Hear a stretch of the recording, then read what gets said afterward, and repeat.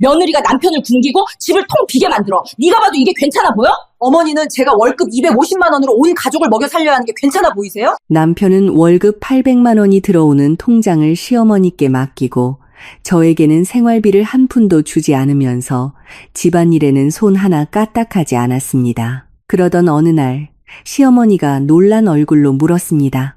밥은 어디 있니? 저는 태연하게 대답했습니다.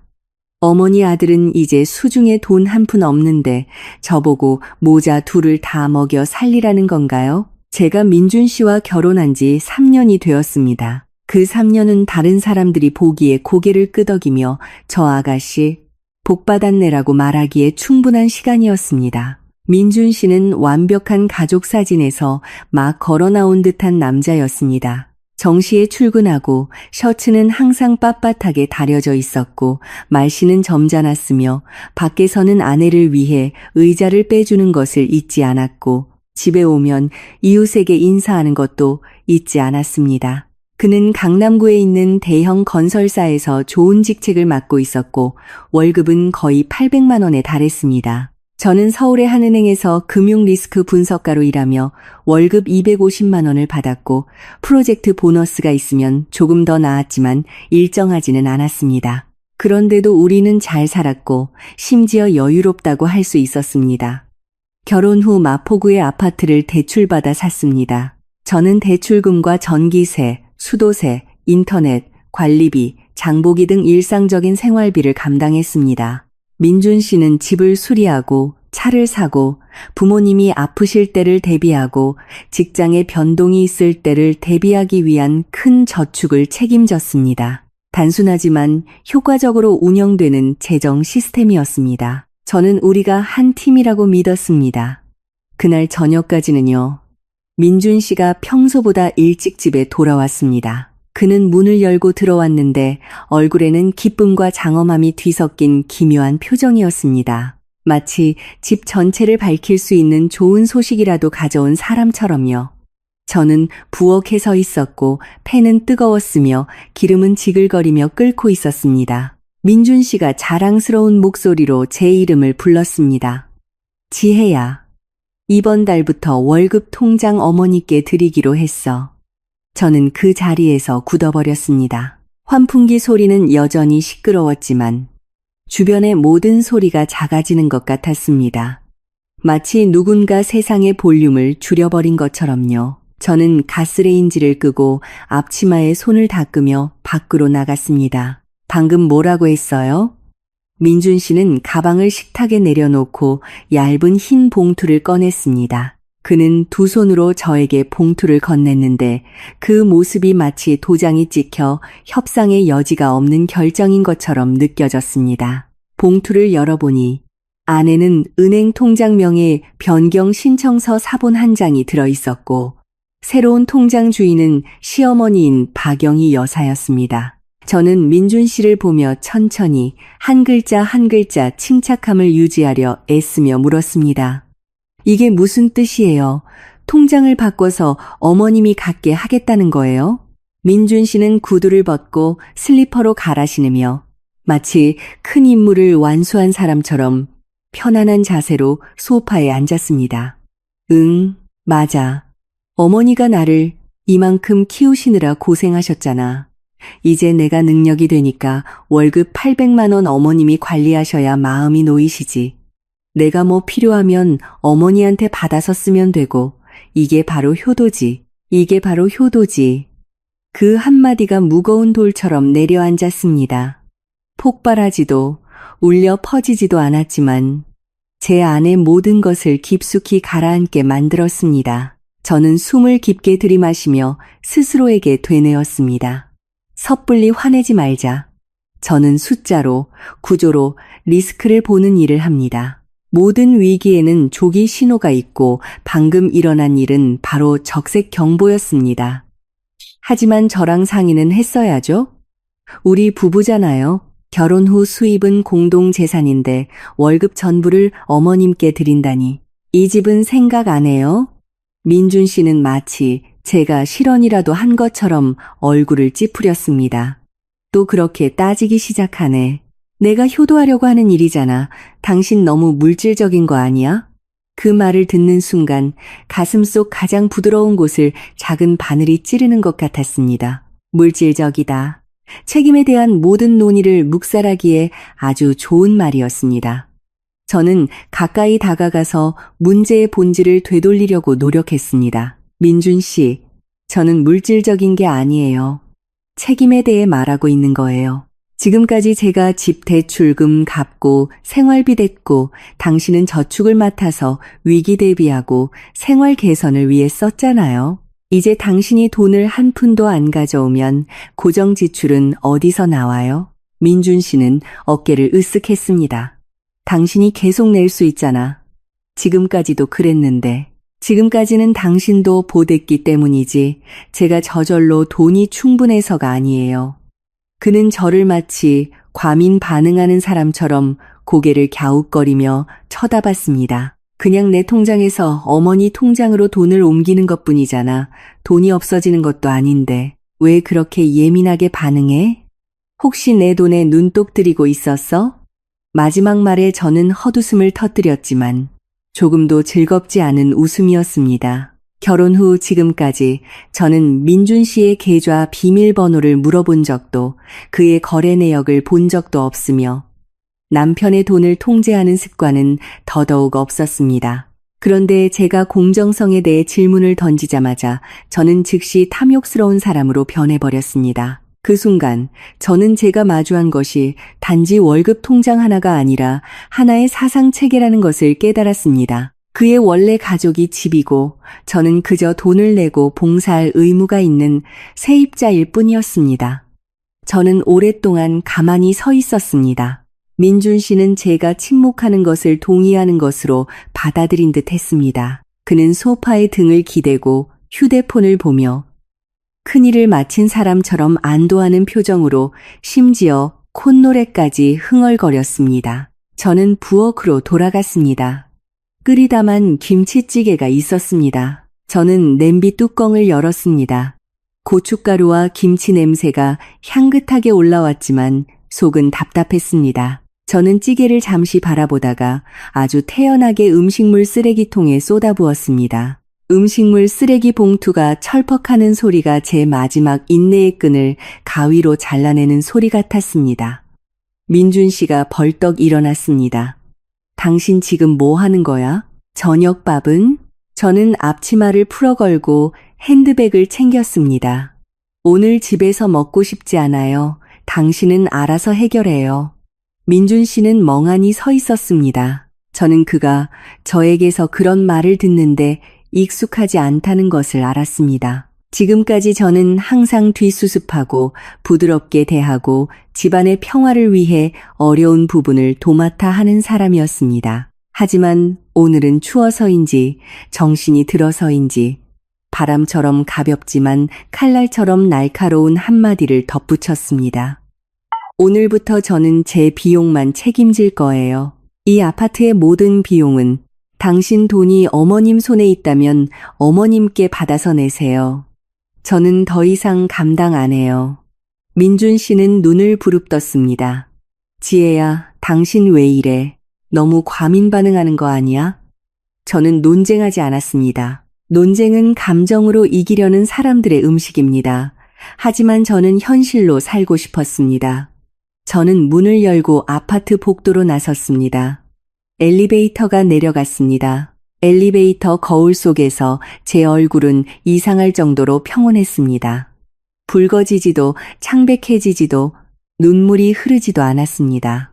단지 눈빛만이 평소보다 차가웠을 뿐입니다. 로비를 나서자 서울의 밤바람이 얼굴을 스쳤습니다. 저는 잠시 걸었습니다. 발바닥이 갑자기 가벼워진 것이 마치 덫에서 한 발을 뺀 것 같았습니다. 저는 한 가지 법칙을 명확히 이해했습니다. 단 하나의 자원을 고갈시키는 방식으로 운영되는 시스템은 조만간 붕괴한다는 것. 가정도 마찬가지였습니다. 한쪽이 스스로 책임에서 벗어날 권리가 있다고 생각하면 다른 한쪽은 지쳐나가 떨어지거나 정신을 차리게 됩니다. 저는 정신을 차렸고 정신을 차렸을 때 저는 더 이상 민준 씨 눈에 순종적인 아내가 아니었습니다. 저는 서류를 열고 리스크를 표시하고 대응 방안을 준비하는 사람이었습니다. 그날 밤 저는 늦게 돌아오지 않았습니다. 정시에 돌아와 아파트 문을 열고 곧장 침실로 들어가 문을 잠갔습니다. 밖에서 민준 씨가 불렀습니다. 지혜야, 왜 이러는 거야? 그냥 월급 통장일 뿐이잖아. 저는 문에 등을 기댄 채 눈을 감았습니다. 그냥 월급 통장이라고? 아닙니다. 진짜로 자리가 바뀐 것은 이 결혼에서 저의 위치였습니다. 그리고 저는 오늘부터 모든 것이 변형되기 시작할 것이라는 것을 알았습니다. 더 이상 호수 표면처럼 잔잔하지 않을 것입니다. 파도가 치고 폭풍이 몰아칠 것이며 올바른 도리라는 이름의 비난 섞인 전화와 문 두드림, 질책이 있을 것입니다. 하지만 저는 다른 것도 알고 있었습니다. 제 심장 소리보다 더 분명하게요. 만약 제가 지금 이 순간 경계선을 긋지 않는다면 제가 치러야 할 대가는 훨씬 더 클 것이고 그것은 단지 돈으로만 끝나지 않을 것이라는 것을요. 다음 날 아침, 저는 평소처럼 일찍 일어났습니다. 습관 때문이 아니라 모든 것이 달라졌을 때 제 기분을 알고 싶었기 때문입니다. 아파트는 여전히 조용했고 거실 창문 커튼 사이로 햇살이 비쳐 들어왔습니다. 바닥은 깨끗했고 가구는 제자리에 있었습니다. 단 하나 다른 것이 있었습니다. 더 이상 집이라는 느낌이 들지 않았습니다. 저는 간단하게 계란 토스트를 만들고 커피를 내려 부엌에서 먹었습니다. 민준 씨 몫은 차리지 않았습니다. 화가 나서가 아니라 제가 경계선을 분명히 했기 때문입니다. 아침 식사는 개인적인 일이었습니다. 민준 씨가 침실에서 나왔습니다. 머리는 헝클어져 있었고 잠을 설친 듯 눈은 흐릿했습니다. 그는 텅 빈 식탁을 보고 멈칫했습니다. 지혜야, 아침은? 저는 마지막 커피 한 모금을 마시며 태연한 목소리로 말했습니다. 냉장고에 빵이랑 우유 있으니 직접 해먹어요. 민준 씨는 미간을 찌푸렸습니다. 지금까지는 당신이 항상 해줬잖아. 저는 컵을 식기세척기에 넣으며 일어섰습니다. 어제부터 달라졌어요. 그는 잠시 침묵하더니 낯설면서도 익숙한 한마디를 내뱉었습니다. 당신 변했네. 저는 그를 돌아보며 논쟁하지 않았습니다. 네, 변했어요. 하지만 저절로 그런 게 아니라 누군가 제 의자를 상의도 없이 빼버렸기 때문이에요. 저는 출근 준비를 위해 옷방으로 들어갔습니다. 나왔을 때 민준 씨는 여전히 그 자리에 서서 차가운 식빵을 들고 불쾌한 표정을 짓고 있었습니다. 지혜야, 겨우 돈 문제 때문에 이러는 거야? 저는 문 앞에서 멈춰 서서 간결하게 대답했습니다. 아니요, 책임감 때문이에요. 저는 문을 닫았습니다. 그 후 며칠 동안 저는 제가 말한 그대로 행동했습니다. 저는 제 몫의 음식만 사고 1인분만 요리하고 먹고 나면 바로 치웠습니다. 예전에 함께 먹던 과일, 우유, 간식 등은 제 방에 있는 작은 냉장고에 보관했습니다. 거실에 있는 큰 냉장고는 점점 비어갔고 생수 몇 병만 남아 있었습니다. 민준 씨는 당황하기 시작했습니다. 그는 퇴근하면 따뜻한 밥과 국이 있고 집이 정돈되어 있는 것에 익숙했습니다. 이제는 아니었습니다. 그는 배달 음식을 시켜 대충 먹고는 짜증을 냈습니다. 어느 날 저녁 그는 더 이상 참지 못했습니다. 지혜야, 언제까지 이렇게 팽팽하게 굴거야. 집에 먹을 게 하나도 없잖아. 저는 소파에 앉아 노트북으로 보고서를 작성하고 있었습니다. 고개를 들지 않았습니다. 배달 앱 아주 편리해요. 아파트 밑에 편의점은 24시간 열려 있고요. 남자가 퇴근하고 계속 밖에서 사 먹을 수는 없잖아. 그럼 직접 요리해요. 그는 할 말을 잃었습니다. 겨우 돈 몇 푼 때문에 이 지경까지 만드는 거야? 저는 노트북을 덮고 그를 똑바로 쳐다봤습니다. 민준 씨, 당신 월급은 거의 800만 원이고 저는 250만 원이에요. 예전에는 우리가 역할을 명확히 나눴죠. 이제 당신은 가정에 아무 기여도 하지 않으면서 여전히 제가 모든 것을 책임져야 한다고 당연하게 생각하잖아요. 이게 공평하다고 생각해요? 민준 씨는 화를 냈습니다.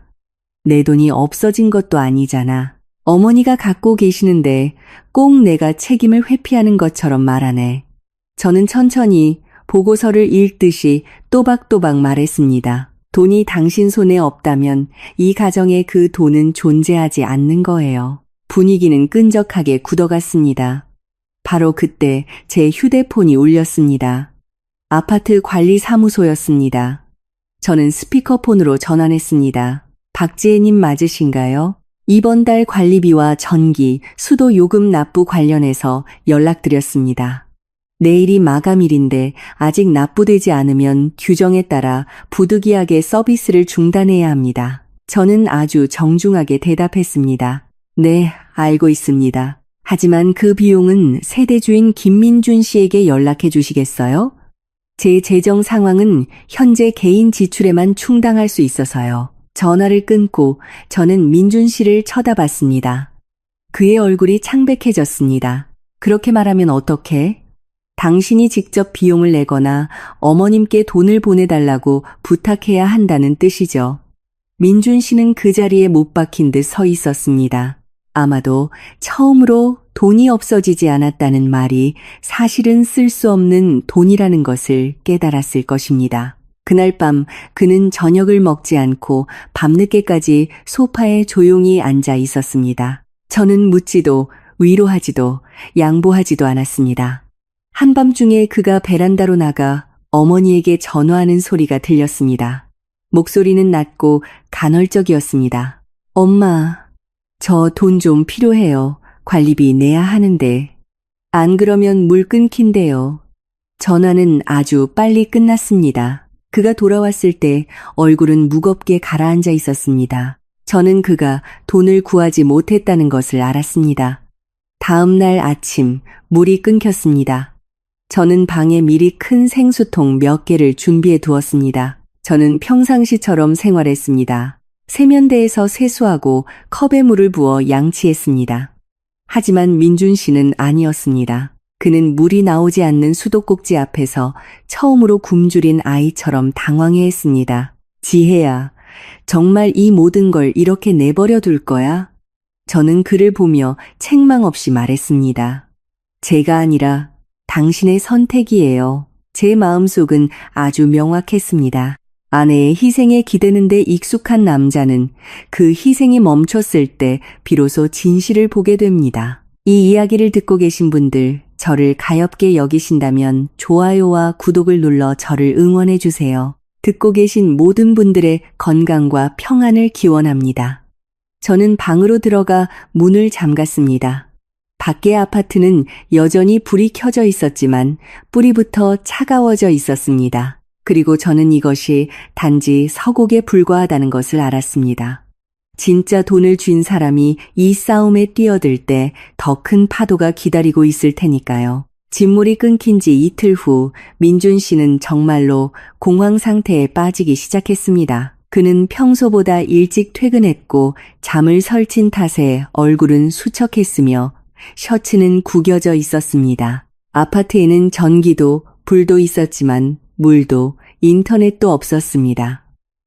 편리함이 사라지자 그가 그토록 자랑스러워하던 가장으로서의 자부심도 함께 사라졌습니다. 저는 제 생활 리듬을 유지했습니다. 정시에 출근하고 집에 와서 준비해둔 물을 사용하고 간단히 식사하고 개인 방에서 일했습니다. 잔소리도 지난 일을 들먹이지도 비꼬지도 않았습니다. 제 침묵은 어떤 질책보다도 민준 씨를 더 불편하게 만들었습니다.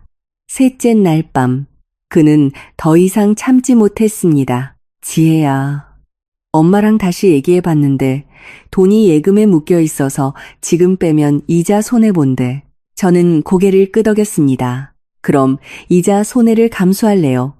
아니면 집을 잃는 걸 감수할래요? 민준 씨는 할 말을 잃었습니다. 꼭 이렇게까지 해야겠어? 저는 그를 쳐다봤습니다. 눈빛에는 더 이상 분노가 없었고 오직 냉철함만 남아 있었습니다. 제가 하는 게 아니라 당신이 선택한 거예요. 그가 책상을 내리쳤습니다. 내가 아들인데 내 돈을 엄마한테 맡기는 게 당연한 도리지.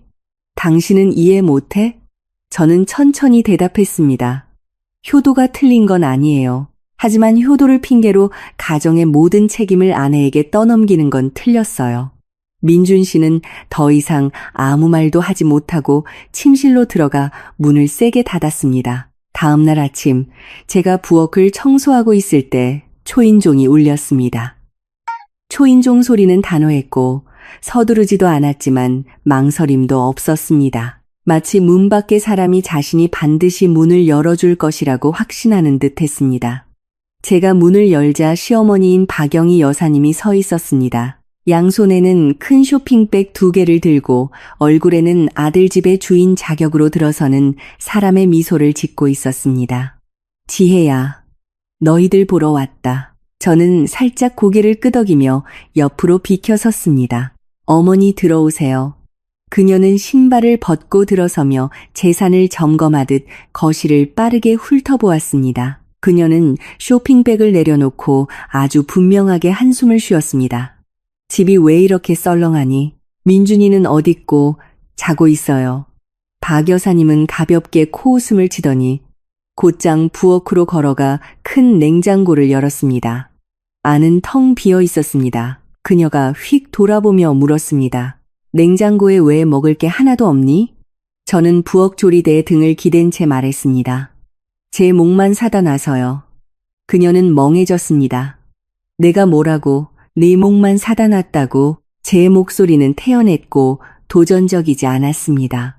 하지만 바로 그 태연함이 그녀를 불쾌하게 만들었습니다. 어떤 며느리가 그래? 남편이 일하고 돌아왔는데 밥도 없고. 저는 그녀를 똑바로 쳐다봤습니다. 어머니, 저는 월급 250만 원으로 집 대출금이랑 생활비를 다 내고 있어요. 민준 씨는 어머니께 월급 통장을 드린 날부터 아무 기여도 안 하고 있고요. 박 여사님의 얼굴이 붉어졌습니다. 걔 돈은 걔 돈이지 엄마한테 맡기는 게 뭐가 잘못됐어? 잘못된 건 없어요. 하지만 그 돈이 이 가정을 위해 쓰이지 않는다면 이 가정도 더 이상 운영될 수 없어요. 박 여사님이 목소리를 높였습니다. 네가 지금 나를 탓하는 거니? 저는 사실을 말하는 것뿐이에요. 바로 그때 침실 문이 벌컥 열렸습니다. 민준 씨가 나오다가 어머니를 보고 깜짝 놀랐습니다. 엄마, 어떻게 오셨어요? 내가 안 왔으면 이 집 꼴이 말이 아니었겠다. 그녀는 저를 돌아보며 말했습니다. 며느리가 남편을 굶기고 집을 텅 비게 만들어 네가 봐도 이게 괜찮아 보여? 저는 피하지 않았습니다. 어머니는 제가 월급 250만 원으로 온 가족을 먹여 살려야 하는 게 괜찮아 보이세요? 그 질문은 무겁게 내려앉았습니다. 민준 씨는 중간에 서서 얼굴이 창백해졌습니다. 지혜야, 무슨 말을 그렇게 해? 저는 그를 쳐다봤습니다. 제가 맞는 말 했잖아요. 당신은 월급 800만 원을 벌지만 지금 당장 수도세 낼 돈 10만 원도 없잖아요. 박 여사님이 눈을 부릅떴습니다. 너 말하는 것 좀 봐라. 버릇없이. 저는 깊게 숨을 들이마셨습니다. 버릇없는 게 아니라 더 이상 조용히 희생하지 않겠다는 거예요. 박 여사님이 차갑게 웃었습니다. 내가 분명히 말해두는데 내가 살아있는 한민준이 돈은 내가 관리한다. 집안일, 밥하는 건 며느리 본분이야. 내가 안 하면 내가 민준이한테 해준다. 그러고는 그녀는 의자를 끌어다 앉았습니다. 도전적인 자세였습니다. 여긴 내 아들 집이야. 나 여기서 지낼 거다. 그 순간 저는 이 싸움이 더 이상 부부 사이의 문제가 아니라는 것을 명확히 깨달았습니다. 돈을 쥔 사람이 공식적으로 등장했고 그녀는 자신의 규칙을 가져왔으며 다른 사람들처럼 저도 고개를 숙일 것이라고 확신하고 있었습니다. 저는 더 이상 말하지 않았습니다. 저는 작업실로 들어가 노트북과 물컵을 들고 그들 앞을 지나갔습니다. 어머니, 편하게 계세요. 하지만 제 음식과 개인 용품은 따로 준비해뒀어요. 더 이상 누구를 위해 봉사할 의무는 없으니까요. 저는 방문을 닫았습니다. 밖에서는 박 여사님이 민준 씨를 질책하는 높은 목소리와 민준 씨가 당황하며 달래는 소리가 들렸습니다. 방에 앉아 저는 새 파일을 열었습니다. 제목은 천천히 입력했습니다. 결혼 리스크 처리 방안. 저는 박 여사님이 소파에 앉는 순간부터 더 이상 물러설 길이 없다는 것을 알았습니다. 짓밟히거나 잘라내거나 그리고 저는 결코 리스크가 제 통제를 벗어나도록 내버려 두는 사람이 아니었습니다. 박 여사님은 정말로 머물렀습니다.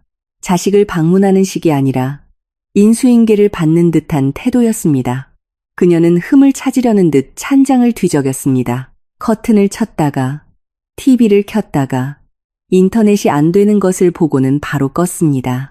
그녀는 자신의 존재를 제게 알리려는 듯 일부러 소리를 내며 집안을 오갔습니다. 저는 여전히 작업실에 있었고 문은 살짝 열려 있었습니다. 피하는 것이 아니라 제 감정을 다른 사람이 흥정하도록 내놓고 싶지 않았을 뿐입니다. 저는 결혼 리스크 파일에 한 줄 한 줄 입력했습니다. 현금 흐름, 의무, 원가족의 개입, 재산, 은닉 위험, 그리고 최악의 시나리오까지 목록을 만들었습니다. 오후에 민준 씨가 퇴근했습니다. 문을 열자마자 어머니의 목소리가 울려 퍼졌습니다. 민준아, 왔니? 엄마가 얘기 좀 하자.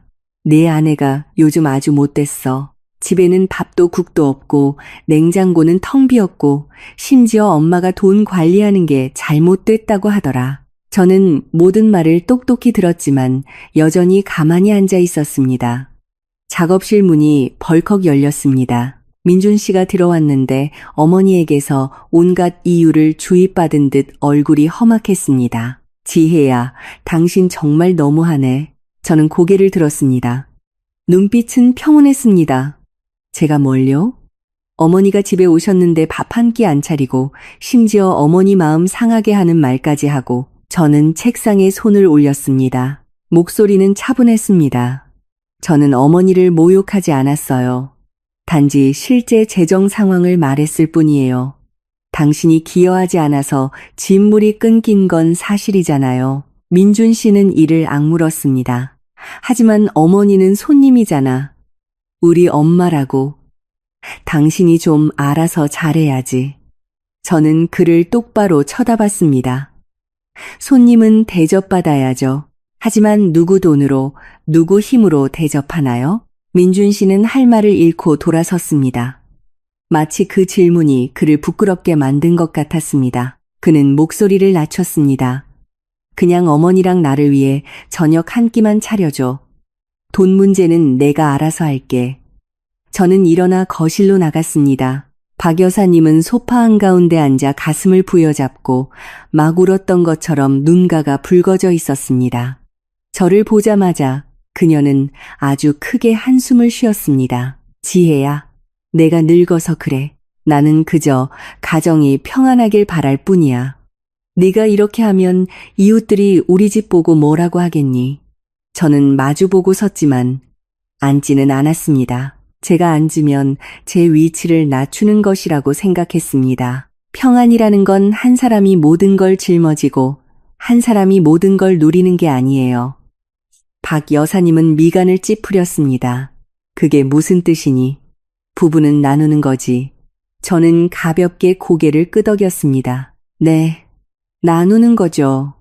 그래서 저는 제 몫을 정확히 나눴어요. 민준 씨 몫도 그가 나눠야죠. 그녀는 비웃었습니다. 민준이가 나한테 돈 맡긴 걸 가지고 내가 너희 돈 뺏기라도 했다는 거니. 저는 그녀를 똑바로 쳐다봤습니다. 어머니가 돈을 쥐고 있다는 건 민준 씨가 관리비, 전기세, 수도세, 식료품 살 돈이 수중에 없다는 뜻이에요. 그럼 이 집은 뭘로 살아가나요? 박 여사님은 화제를 돌리며 쏘아붙였습니다. 말대꾸하지 마라. 내가 솔직히 말하는데 며느리가 그렇게 계산적이면 오래 살기 힘들어. 민준 씨가 상황을 수습하려는 듯 끼어들었습니다. 지혜야, 어머니한테 사과하고 부엌에 가서 밥 차려. 집안 시끄러워지는 거 싫어. 저는 민준 씨를 오랫동안 쳐다봤습니다. 그의 눈에서 가장 무서운 것은 분노가 아니라 모든 것을 평온하게 만들기 위해 제가 고개를 숙이길 바라는 마음이었습니다. 그는 평온함이 필요했고 저는 올바름이 필요했습니다. 저는 작지만 분명하게 말했습니다. 사과 안 해요. 제가 잘못한 게 없으니까요. 박 여사님은 즉시 벌떡 일어나 떨리는 손으로 저를 가리켰습니다. 이 버릇 없는 것, 시어머니한테 감히 말대꾸를 해? 저는 목소리를 높이지 않고 대답했습니다. 말대꾸가 아니에요. 조건을 제시하는 거예요. 어머니, 식사하고 싶으시면 문제 없어요. 민준 씨가 생활비를 책임감 있게 분담하면 그때 제가 요리할게요. 하지만 그가 분담하지 않으면 저는 월급 250만 원으로 온 가족을 먹여 살릴 수 없어요. 그 말은 가려진 천을 찢는 것 같았습니다.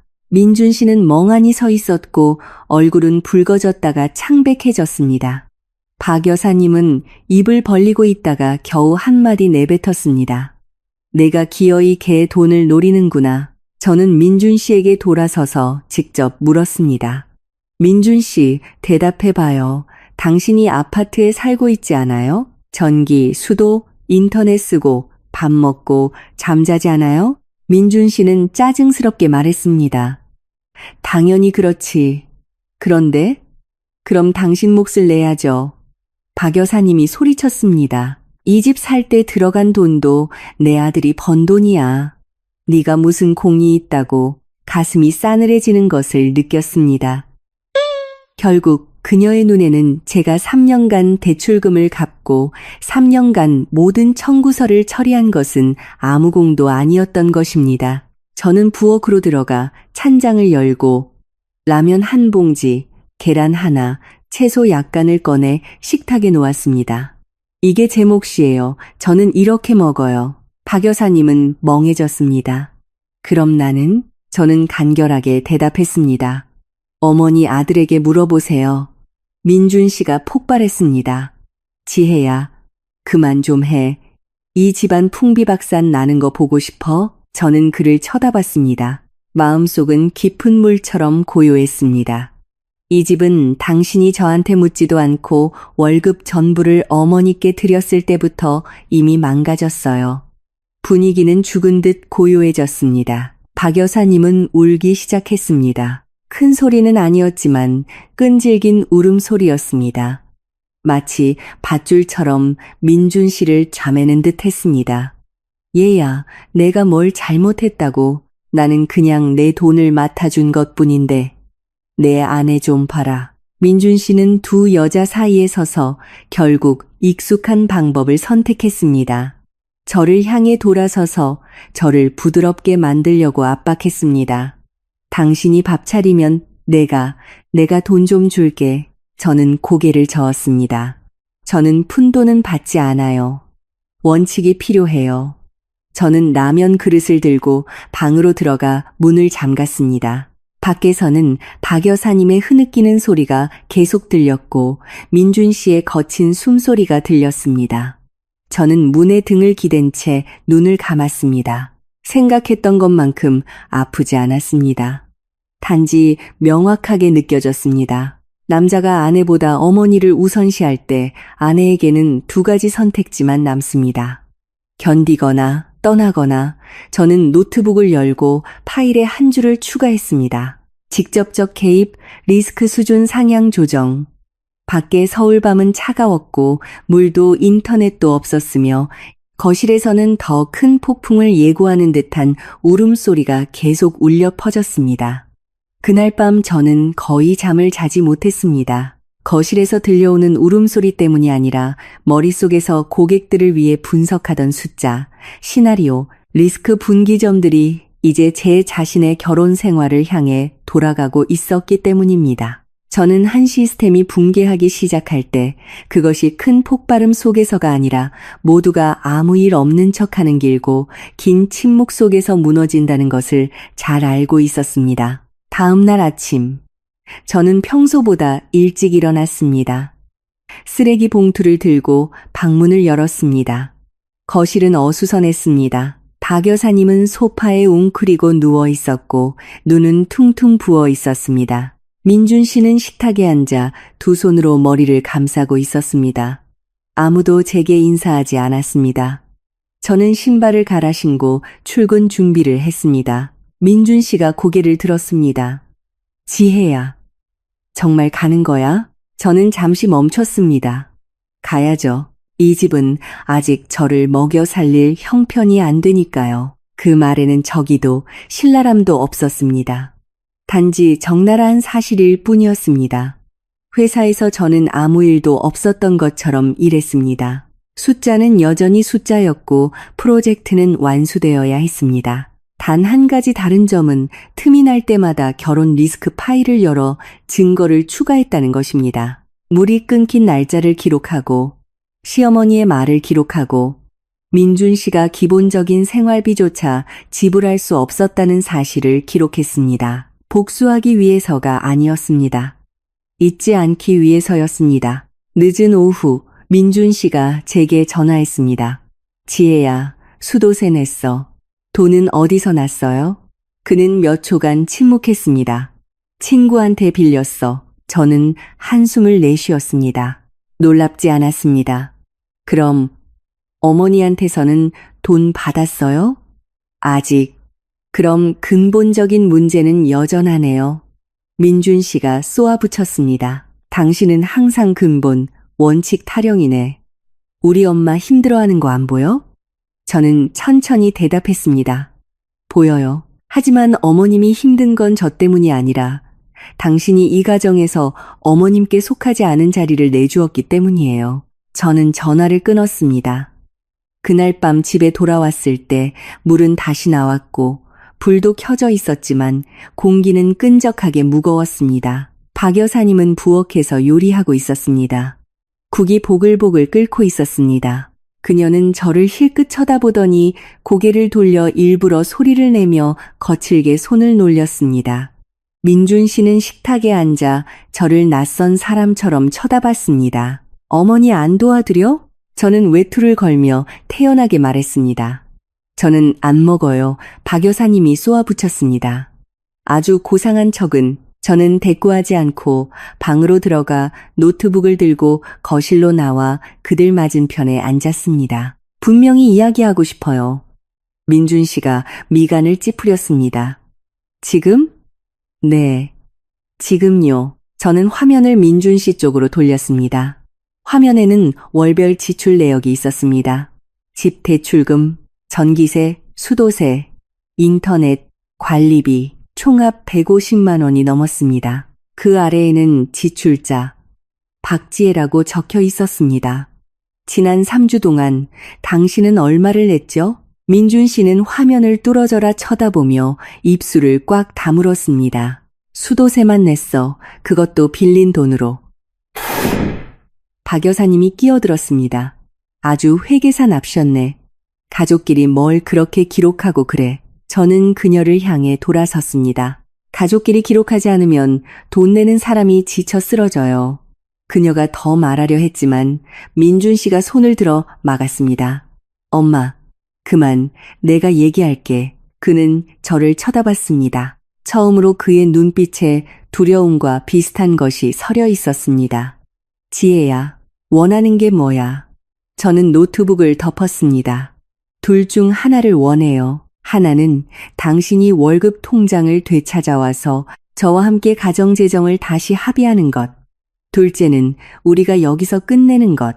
방은 숨 막힐 듯 조용해졌습니다. 박 여사님이 눈을 부릅떴습니다. 네가 감히 이혼으로 협박을 해? 저는 똑바로 쳐다보며 말했습니다. 아니요, 선택지를 제시하는 거예요. 민준 씨가 더듬거렸습니다. 진심이야? 지금보다 더 진심이었던 적은 없어요. 박 여사님이 벌떡 일어났습니다. 내가 뭔데 조건을 걸어? 저는 차분한 목소리로 대답했습니다. 이 아파트의 모든 비용을 감당하고 있는 사람이요. 그 말은 못을 박듯 단호했습니다. 민준 씨는 고개를 숙였습니다. 그의 어깨가 축 처지는 것을 보았습니다. 처음으로 아무도 감정이 아닌 숫자로 드러난 진실을 부정할 수 없게 되었습니다. 저는 일어섰습니다. 생각할 시간을 줄게요. 하지만 무한정 기다리지는 않을 거예요. 저는 방으로 들어가 문을 잠갔습니다. 밖에서는 박 여사님의 질책 소리와 민준 씨가 어머니에게 쏘아붙이는 소리가 들렸습니다. 두 목소리가 팽팽하게 겹쳐졌습니다. 저는 끼어들지 않았습니다. 저는 침대에 앉아 눈을 감았습니다. 사람들이 서로를 탓하기 시작할 때 그것은 낡은 시스템이 무너졌다는 의미라는 것을 알았습니다. 그리고 그것이 이미 무너졌다면 제가 할 일은 더 이상 수선하는 것이 아니라 제 자신을 보존하는 것이었습니다. 3일이 기묘한 상태로 흘러갔습니다. 집에는 전기와 물이 들어왔고 밥 짓는 사람도 있었지만 모든 것이 얇은 실로 임시 방편으로 꿰매진 것 같았습니다. 박 여사님은 더 많은 요리를 했고 일부러 민준 씨가 좋아하는 음식을 만들었습니다. 마치 음식으로 금이 간 권력을 메우려는 듯 했습니다. 민준 씨는 먹었지만 침묵 속에서 먹었습니다. 저는 같은 식탁에 앉지 않았습니다. 제 방에서 제 몫만 먹었습니다. 나흘째 되는 날, 민준 씨가 제 방문을 두드렸습니다. 지혜야, 얘기 좀 해. 저는 문을 열었지만 피하지도 안으로 들이지도 않았습니다. 말해요. 민준 씨는 벽에 기댄 채 목소리가 한층 가라앉아 있었습니다. 생각해봤어. 어머니한테 매달 돈을 보내달라고 부탁해볼게. 저는 고개를 저었습니다. 부족해요. 민준 씨는 멍해졌습니다. 또 뭘 더 원하는데? 당신이 통장을 직접 관리하길 원해요. 부탁하는 게 아니라 민준 씨는 얼굴을 찌푸렸습니다. 어머니가 절대 안 그러실 거야. 저는 그를 똑바로 쳐다봤습니다. 그럼 당신은 어머니를 선택하는 거네요. 그 말에 그는 한 걸음 물러섰습니다. 날 궁지로 몰고 있잖아. 아니요, 당신이 어른이 되길 요구하는 거예요. 밖에서 박 여사님의 목소리가 들렸습니다. 민준아, 거기서 뭐 그렇게 오래 있니? 민준 씨는 망설이며 고개를 돌렸습니다. 저는 이 순간이 매우 중요하다는 것을 알았습니다. 만약 그가 돌아선다면 모든 것은 끝입니다. 그는 깊게 숨을 들이쉬고 저를 다시 쳐다봤습니다. 시간을 좀 더 줘. 저는 고개를 끄덕였습니다. 일주일. 저는 문을 닫았습니다. 다음 날, 저는 반차를 냈습니다. 민준 씨에게는 말하지 않았습니다. 저는 변호사를 만나러 갔습니다. 소송을 제기하기 위해서가 아니라 묻기 위해서였습니다. 공동재산에 대해, 친족에게 돈을 이체하는 것에 대해, 한쪽이 결혼 후 수입을 은닉할 경우의 법적 책임에 대해 물었습니다. 변호사는 이야기를 다 듣고 한마디 했습니다. 증거가 있다면 약자가 아닙니다. 그 말이 저를 한결 가볍게 만들었습니다.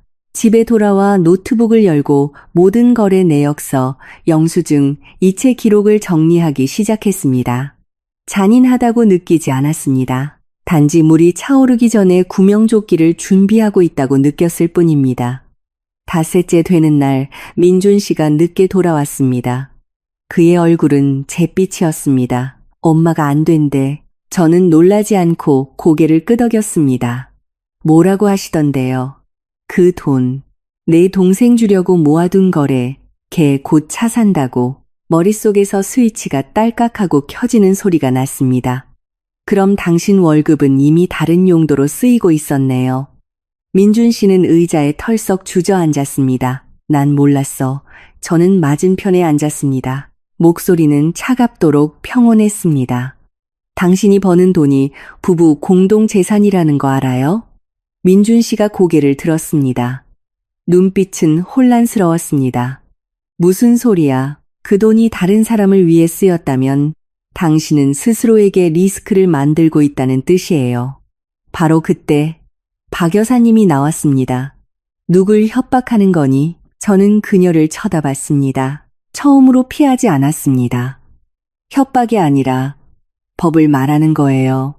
그녀는 비웃었습니다. 어떤 법이 아들이 엄마한테 돈 주는 걸 막아? 저는 천천히 대답했습니다. 법은 효도를 막지 않아요. 법은 아내의 동의 없이 공동재산을 은닉하는 걸 막을 뿐이죠. 공기가 얼어붙었습니다. 민준 씨는 어머니를 보고 저를 봤습니다. 지혜야, 너무 심각하게 생각하는 거 아니야?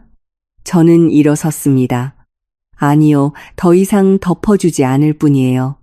그날 밤 저는 잠을 자지 않았습니다. 이제부터의 모든 말은 더 이상 가정불화가 아니라 경계선을 긋는 행위가 될 것이라는 것을 알았습니다. 제가 더 이상 순종적인 아내로 돌아갈 수 없는 영역으로 들어섰다는 것을 알았습니다. 7번째 날 아침 민준 씨가 제게 종이 한 장을 내밀었습니다.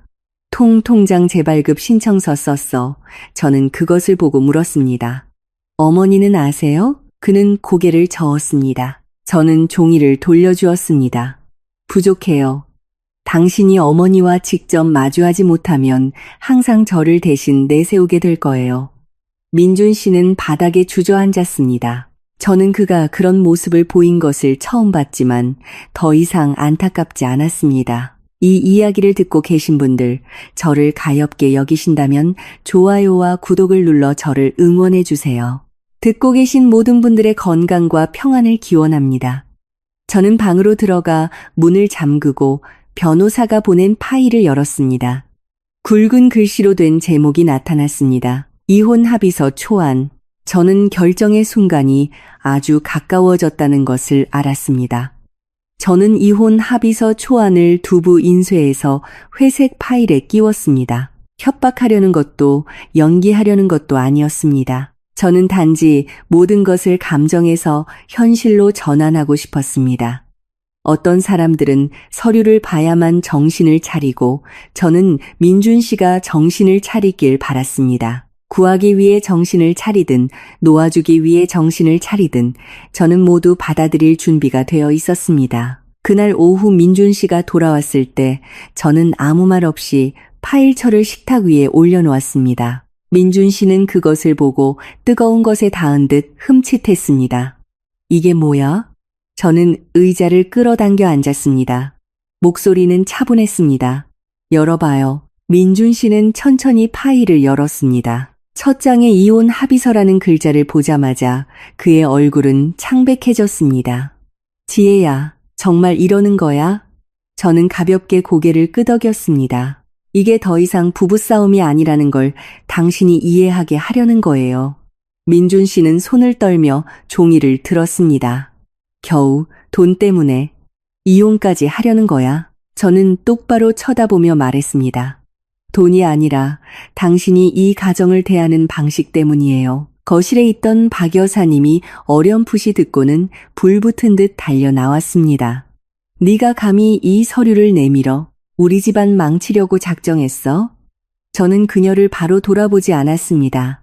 저는 민준 씨의 가장 약한 부분을 찌르듯 먼저 말했습니다. 민준 씨, 당신은 겨우 돈 때문이라고 말하지만 바로 당신이 돈을 권력으로 만들었어요. 월급 전부를 어머니께 드리고 저보고 모든 걸 감당하게 해놓고 오히려 저를 물질적이라고 비난했죠. 그게 뭔지 알아요? 민준 씨가 더듬거렸습니다. 난 그냥 어머니 마음 편하게 해드리려고. 저는 고개를 끄덕였습니다. 그럼 저는요? 그 마음 편함 속에서 저는 뭐였죠? 공간은 숨막히게 조용해졌습니다.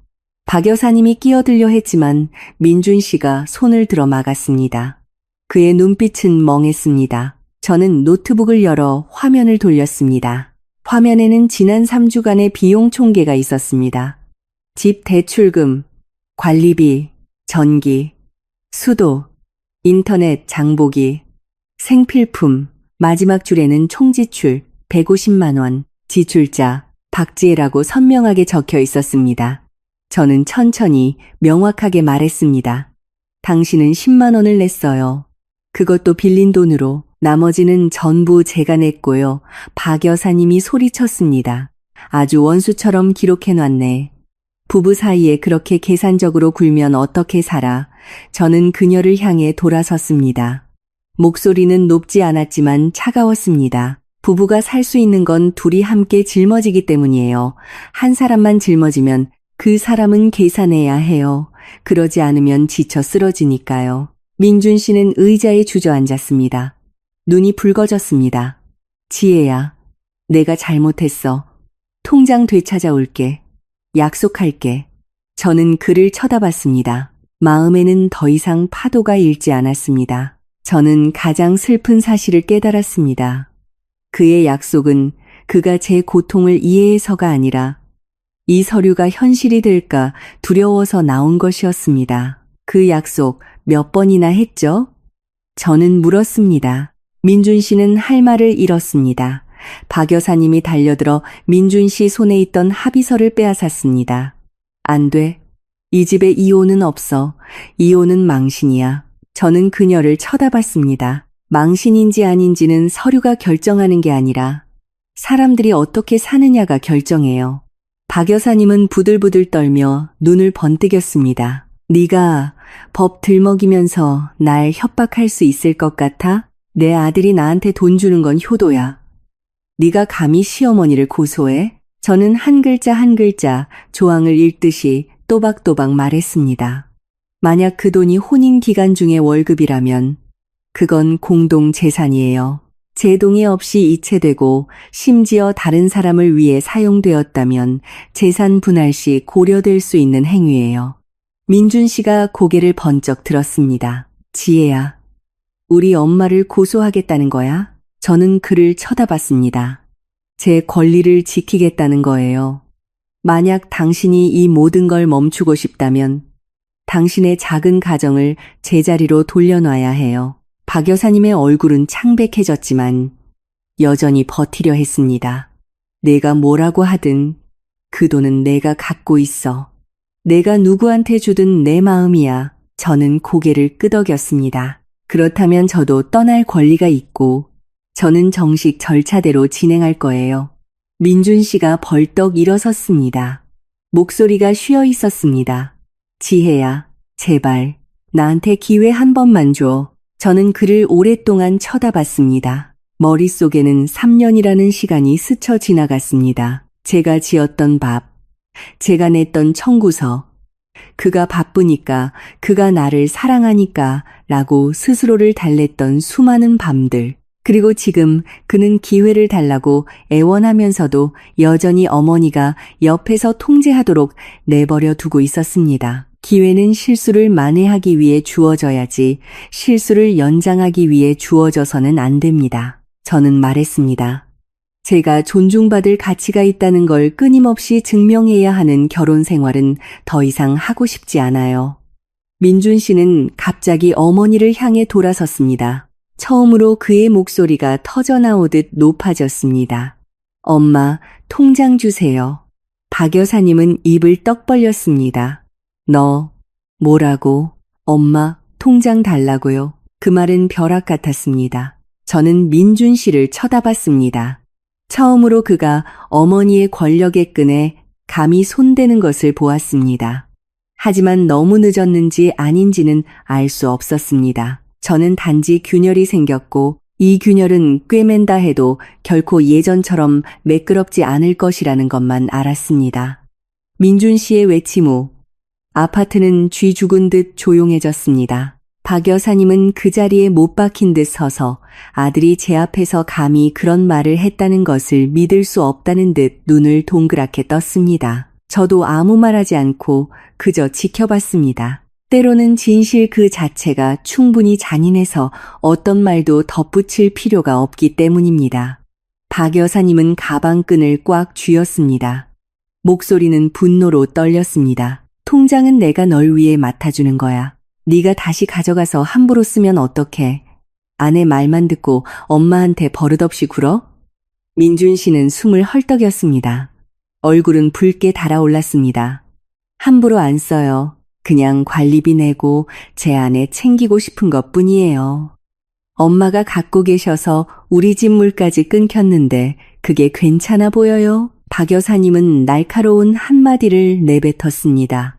물이 끊겼으면 내 아내가 내면 되지. 걔도 월급 받잖아. 그 말을 듣는 순간 제 마음은 화도 나지 않을 만큼 차갑게 식었습니다. 그녀의 논리 속에서 저는 예비 지갑이자 다른 사람들을 따뜻하게 하기 위해 스스로 불타야 하는 당연한 자원이었습니다. 민준 씨는 지지를 구하려는 듯 저를 돌아봤지만 저는 나서지 않았습니다. 저는 그들의 모자 갈등에 동맹이 되고 싶지 않았습니다. 저는 단지 제 인생의 규칙을 다시 세우는 사람일 뿐이었습니다. 민준 씨는 다시 어머니를 향해 손을 내밀었습니다. 엄마, 통장 주세요. 박 여사님은 한 걸음 물러섰습니다. 안 줘. 주세요. 박 여사님은 가슴을 쳤습니다. 내가 널 이만큼 키웠어. 내 돈 내가 맞는 게 뭐가 잘못됐다고? 네가 감히 엄마한테서 통장을 뺏어가? 민준 씨는 미친 듯이 다가가 어머니의 손목을 잡았습니다. 엄마, 제발 좀 힘들게 하지 마세요. 박 여사님은 소리를 지르며 실랑이를 벌이다가 갑자기 먹이를 잃을까 두려워하는 사람처럼 진실을 내뱉고 말았습니다. 안 돼. 그 돈 이미 민호한테 줬단 말이야. 민준 씨는 그 자리에서 굳었습니다. 저도 몸을 바로 세웠습니다. 민호는 민준 씨의 남동생 박 여사님의 애지중지하는 아들이자 그녀가 항상 쟤는 불쌍하니까 운이 없으니까 우리가 보상해줘야 한다고 말하던 그 아이였습니다. 민준 씨는 입을 떡 벌렸습니다. 엄마, 뭐라고요? 박 여사님은 실언했다는 것을 깨닫고 입술을 깨물었습니다.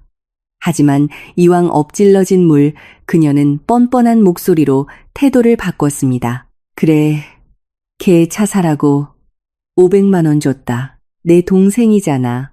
형이 안 도와주면 누가 도와줘? 500만 원.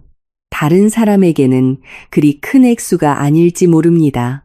하지만 그것은 민준 씨가 구명조끼처럼 붙들고 있던 엄마는 그냥 맡아줄 뿐이라는 환상을 정면으로 후려치는 딱이었습니다. 민준 씨는 힘이 다 빠진 사람처럼 비틀거렸습니다. 그냥 맡아준다고 했잖아요. 안 쓴다고 했잖아요. 어떻게 감히? 박 여사님은 눈을 부릅떴습니다. 내 돈이니까 우리 식구한테 쓴 거지.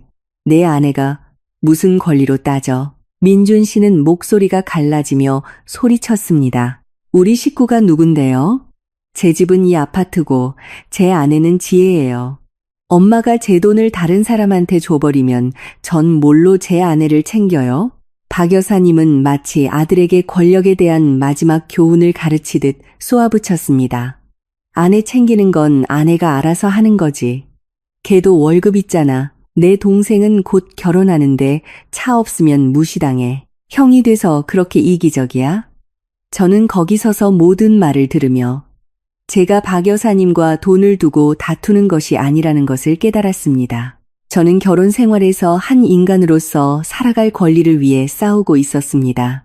반면 그녀는 아들을 통제하고 자신의 뜻대로 돈을 분배하는 특권을 지키고 있었습니다. 민준 씨는 바닥에 주저앉아 두 손으로 머리를 감쌌습니다. 그는 깊은 꿈에서 막 깨어난 사람처럼 신음했습니다. 내가 너무 바보 같았어. 박 여사님은 민준 씨가 무너지는 것을 보고 다시 목소리를 바꿔 그를 자기 편으로 끌어들이려 했습니다. 민준아, 아내 말에 속지 마. 걔가 내 돈 뺏으려는 거야. 엄마는 다 널 위해서 그런 거야. 저는 소리 없는 웃음을 터뜨렸습니다. 자식을 위해 자식의 자율성과 가정, 자존심까지 잃게 만드는 것. 저는 다가가 구겨진 이혼 합의서를 다시 주워 식탁 위에 놓았습니다. 민준 씨, 이제 이해돼요? 저는 당신 돈 탐내는 게 아니에요. 저는 자기 작은 가정을 지킬 줄 아는 남편이 필요한 거예요. 민준 씨가 고개를 들었습니다. 눈은 핏발이 서 있었습니다. 지혜야, 제발. 내가 돈 다 되찾아올게. 전부 당신한테 줄게. 엄마도 집에 보내버릴게. 저는 고개를 저었습니다. 당신은 돈을 잃었기 때문에 정신을 차린 거지 제가 아팠던 걸 이해해서가 아니에요. 그 말을 들은 박 여사님은 정말로 겁을 먹었습니다. 그녀는 달려와 목소리를 낮추고 애원하기 시작했습니다. 지혜야, 내가 잘못했다. 내가 갚을게. 다 갚을게. 제발 일 크게 만들지 마라. 저는 그녀를 차갑도록 태연하게 쳐다봤습니다.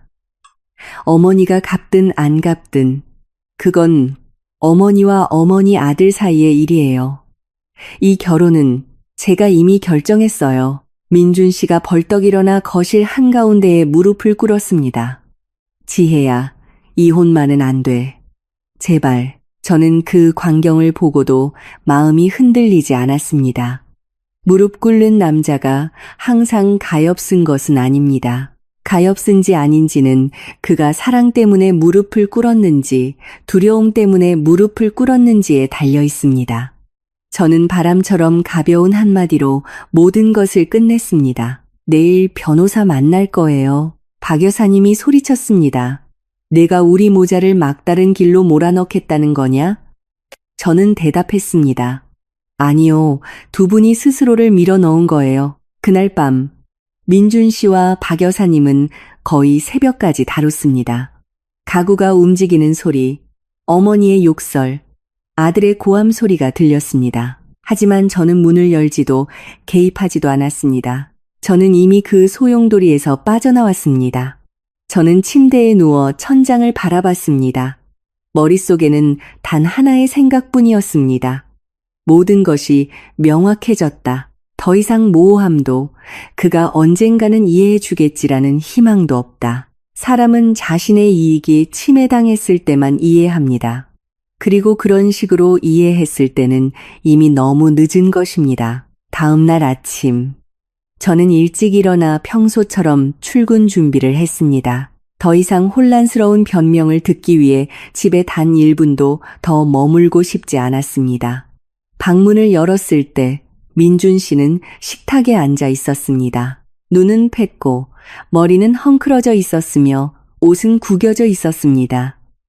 박 여사님은 기력이 다한 듯 소파에 조용히 누워 있었습니다. 민준 씨가 일어나 저를 막아섰습니다. 지혜야, 나랑 같이 가.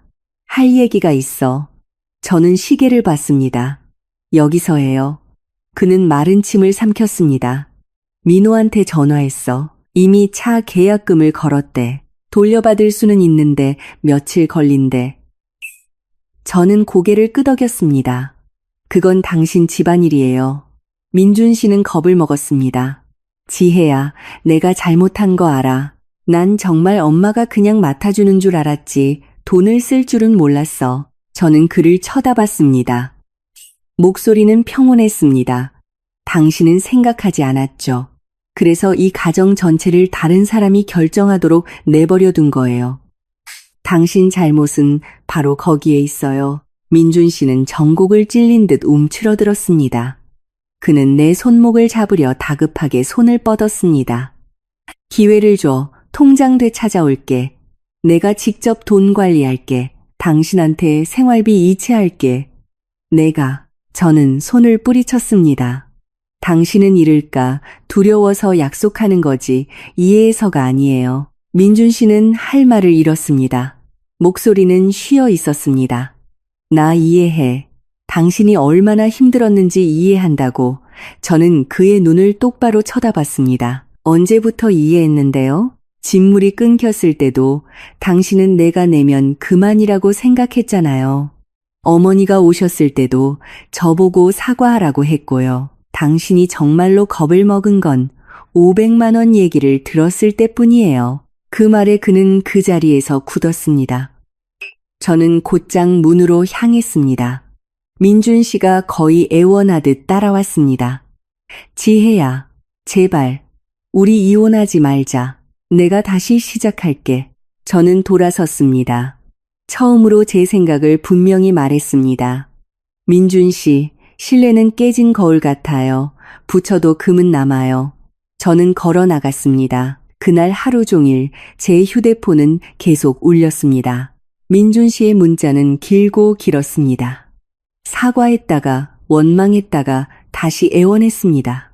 저는 답장하지 않았습니다. 더 이상 한 남자가 남편이 되는 법을 가르칠 힘이 없었습니다. 저녁에 집에 돌아왔을 때 눈앞의 광경은 민준 씨가 왜 그렇게 많은 문자를 보냈는지 이해하게 했습니다. 박 여사님은 거실에 앉아 있었고 앞에는 현금 다발과 은행 통장이 놓여 있었습니다. 그녀는 저를 쳐다봤습니다. 눈빛은 더 이상 공격적이지 않고 진정한 두려움이 서려 있었습니다. 지혜야, 내가 돌려줄게. 민준 씨는 옆에 서 있었습니다. 하루 종일 어머니 손에서 이것을 빼내기 위해 씨름한 듯 얼굴은 굳어 있었습니다. 저는 바로 다가가지 않고 통장과 돈, 그리고 그들을 쳐다봤습니다. 얼마예요? 제가 물었습니다. 박 여사님은 떨었습니다. 500만 원 민호한테 줬는데 일부만 겨우 받아왔어. 나머지는 내가 꼭 갚을게. 저는 민준 씨를 향해 돌아섰습니다. 이제 알겠어요? 이건 더 이상 어머니가 맡아주는 게 아니에요. 어머니가 대신 써주는 거였죠. 민준 씨는 고개를 숙였습니다. 눈이 붉었습니다. 알아. 박 여사님은 다급하게 애원했습니다. 목소리는 마지막 희망을 붙잡는 듯 늘어졌습니다. 지혜야, 내가 잘못했다. 내가 늙어서 생각이 짧았다. 제발 일 크게 만들지 마. 너희들 그냥 같이 살아. 저는 조용히 있었습니다. 통쾌하지 않았습니다. 단지 씁쓸한 사실만이 아프게 다가왔습니다. 내가 강하게 나가지 않았다면 그들은 결코 부드러워지지 않았을 것이다. 이 사과는 나를 존중해서가 아니라 내가 정말로 떠나고 법을 이용해 자신을 지킬까 두려워서 나온 것이었습니다. 저는 다가가 돈에는 손대지 않고 주머니에 있던 변호사 명함을 꺼내 현금 다발 옆에 놓았습니다. 내일 제 변호사가 연락드릴 겁니다. 재산 분할, 돈 반환 책임 문제는 변호사와 이야기하세요. 민준 씨의 얼굴이 창백해졌습니다. 지혜야, 아직도 결심한 거야? 저는 고개를 끄덕였습니다. 네, 결심했어요. 민준 씨는 식탁 모서리를 붙잡았습니다. 목소리는 부들부들 떨렸습니다. 나, 더 이상 사랑하지 않는 거야? 저는 그를 쳐다보며 솔직하게 말했습니다. 사랑했었죠. 하지만 그 사랑이 제가 외부인 취급받는 걸 감수할 만큼 크지는 않았어요. 박 여사님이 울부짖었습니다. 얘야, 이혼하면 고생이야. 이혼한 여자는 사람들이. 저는 말을 잘랐습니다. 크지 않은 목소리로. 사람들이 제 청구서를 대신 내주지 않아요.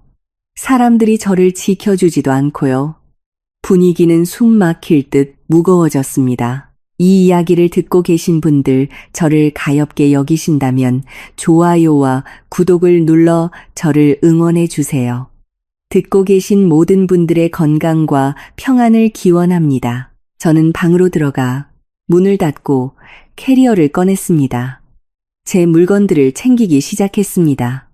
업무 서류, 옷 몇 벌, 제 명의의 통장, 개인 서류들, 저는 추억을 챙기지 않았습니다. 추억은 가장 무겁고 사람이 당신을 바깥으로 밀어내기로 결정했을 때 가장 쓸모없는 것이었습니다.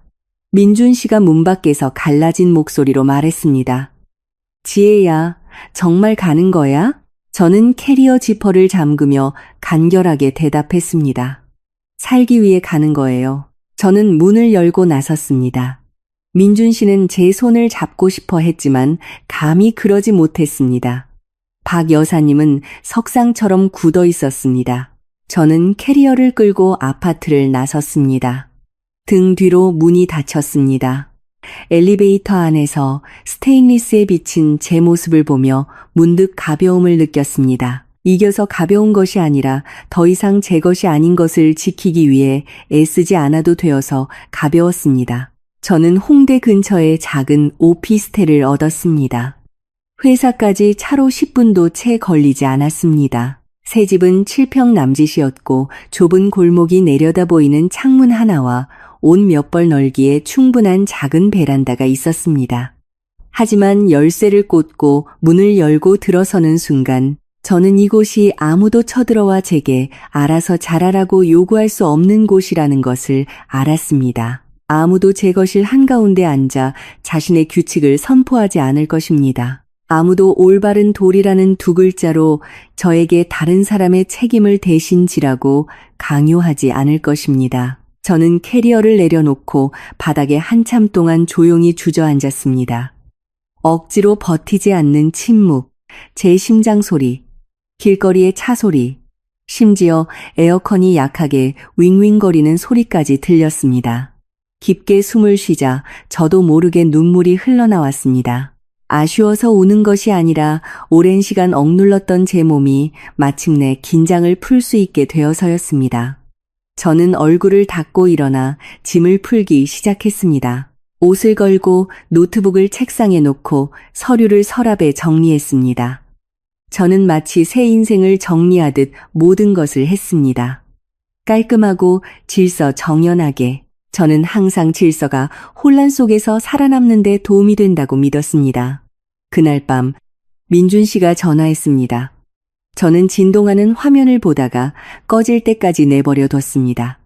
그리고 고해성사처럼 긴 문자가 왔습니다. 지혜야, 미안해. 내가 얼마나 바보 같았는지 이제야 알았어. 널 지켜주지 못하고 널 혼자 두게 했어. 저는 읽고 나서 휴대폰을 내려놓았습니다. 어떤 사과는 너무 늦게 와서 의미가 없습니다. 그것은 단지 그 사람이 한때 당신의 고통을 나중에 처리해도 되는 것으로 여겼다는 것을 증명할 뿐입니다. 다음 날 아침 변호사에게서 전화가 왔습니다. 민준 씨 측과 연락이 닿았고 재산 분할과 어머니에게 이체된 금액 반환 책임에 대한 공식적인 면담 날짜를 잡았다고 했습니다. 저는 전화를 끊고 커피 한 모금을 마셨습니다. 머릿속이 이상할 정도로 명확해졌습니다. 회색 지대도 모호한 희망도 없었습니다. 오직 해야 할 일과 지켜야 할 것만 있었습니다. 같은 날 친정어머니가 전화했습니다. 목소리는 걱정스러웠습니다. 너 지금 어디 있니? 민준이가 전화해서 네가 집 나갔다고 하더라. 저는 길게 설명하지 않고 단지 말했습니다. 엄마, 저 괜찮아요. 변호사랑 진행 중이에요. 시끄럽게 만들고 싶진 않지만 돌아가진 않을 거예요. 어머니는 몇 초간 침묵하더니 한숨을 쉬었습니다. 딸아, 그동안 고생 많았다. 단 그 한마디에 저는 울 뻔했습니다. 그 결혼 생활 동안 아무도 제게 고생 많았다고 말해주지 않았기 때문입니다. 사람들은 단지 제가 참고 이해하고 알아서 잘해야 한다고 말했습니다. 회사에서 저는 마치 구명조끼인 양일에 매달렸습니다. 제가 담당한 프로젝트는 대규모 신용대출 패키지의 리스크를 평가해야 하는 중요한 단계에 있었습니다. 저는 밤늦게까지 일하며 모든 지표와 데이터 라인을 확인했습니다. 숫자판에 눈을 고정하고 있을 때 저는 민준 씨를 생각하지 않았습니다. 오직 제 미래만 생각했습니다. 일주일 후 변호사와의 면담이 종로의 한 사무실에서 열렸습니다. 저는 정시에 도착했고 민준 씨는 10분 늦었습니다. 그는 눈에 띄게 말랐고 눈은 충혈되어 있었으며 어깨는 축 처져 있었습니다. 그는 저를 마치 익숙하면서도 낯선 것을 보듯 쳐다봤습니다. 지혜야, 그가 조용히 불렀습니다. 저는 감정으로 대답하지 않고 단지 사교적인 고갯짓으로 화답했습니다. 변호사는 재산 목록을 나열하는 것으로 시작했습니다. 혼인 후 구입한 아파트, 공동저축, 대출금 잔액, 그리고 가장 민감한 부분, 민준 씨가 박 여사님에게 이체한 자금 흐름에 대해 이야기했습니다. 제 변호사는 무겁지 않게 단지 조항에 근거하여 명확하게 말했습니다. 혼인 기간 중 발생한 소득은 공동재산으로 간주됩니다. 배우자의 동의 없이 제3자에게 양도될 경우 재산 분할 시 고려될 수 있습니다. 민준 씨는 고개를 숙였습니다.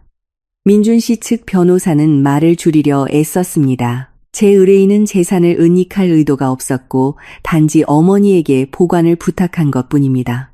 제 변호사는 증거를 제시했습니다. 문자 메시지, 거래 내역, 그리고 동생의 차 구입을 위해 500만 원을 주었다는 자백. 아무도 더 이상 아무 말도 하지 못했습니다. 민준 씨가 갑자기 입을 열었습니다. 목소리는 쉬어 있었습니다. 지혜야, 내가 다 보상할게. 다 갚을게. 제발 이렇게까지 하지는 마. 저는 그를 쳐다보며 평온하게 말했습니다. 제가 이렇게까지 하는 게 아니라 제가 딱 적절한 때에 멈추는 거예요. 협상은 거의 2시간 동안 계속되었습니다. 결과적으로 아파트는 공동재산이며 민준 씨가 제게 해당하는 가치만큼을 지불하거나 팔아서 반으로 나누기로 했습니다. 박 여사님에게 이체된 금액은 기록되었고 전액 회수되지 않을 경우 민준 씨 몫에서 공제하기로 했습니다. 양측이 서명하면 협의 이혼 절차를 진행하기로 했습니다. 서류에 서명하고 나서 민준 씨는 저를 다시 한번 쳐다봤습니다. 눈빛은 흔들렸습니다. 만약 그때 내가 어머니한테 통장을 주지 않았더라면 우리 달라졌을까? 저는 일어나 서류를 가방에 넣으며 가볍지만 단호하게 대답했습니다. 아니요. 통장은 그냥 도화선이었을 뿐이에요. 문제는 당신이 단 한 번도 저를 당신 마음속에 가족이라는 자리에 놓아주지 않았다는 거예요. 저는 사무실을 나와 거리로 나섰습니다. 서울의 햇살은 옅었고 바람은 부드러웠습니다. 저는 가슴 전체로 숨쉬고 있는 제 자신을 느꼈습니다.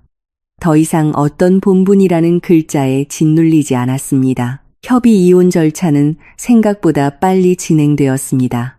감정이 테이블에서 사라지자 남은 것은 서류, 도장, 그리고 숫자뿐이었습니다. 저는 정시에 법원에 도착했습니다. 흰 셔츠를 입고 머리는 단정하게 묶고 손에는 순서대로 정리된 서류철을 들고 있었습니다. 떨리지 않았습니다.